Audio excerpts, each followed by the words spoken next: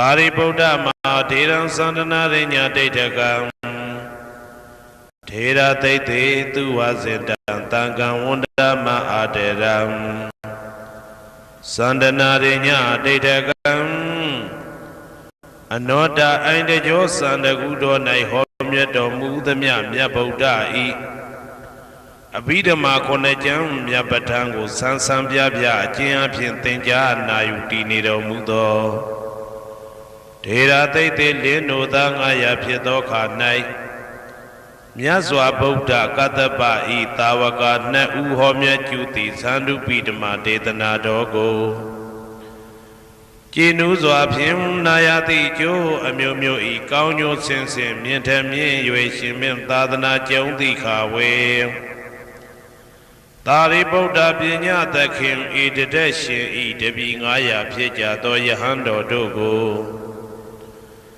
သူဝါစင်တံမကျင်းမကျဲအလေးအလတ်ဖြင့်မပြတ်ဆက်ခါသင်ကြားပူချပေးတော်မူသောသာရိပုတ္တမဟာထေရံ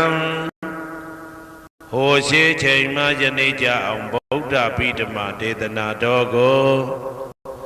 သင်ရလွယ်မှုဤသေးပြုတော်မူသောသာရိပုတ္တမိခေါ်မြတ်တေကျော်နှင့်တကဝဖြစ်သော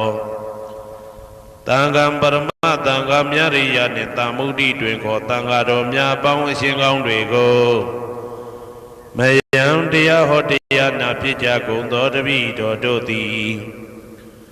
အာတရံကာယဝစီမနတိ300တို့ဖြင့်မပြအစဉ်လွန်ကြည်လင်ရိုသေစွာ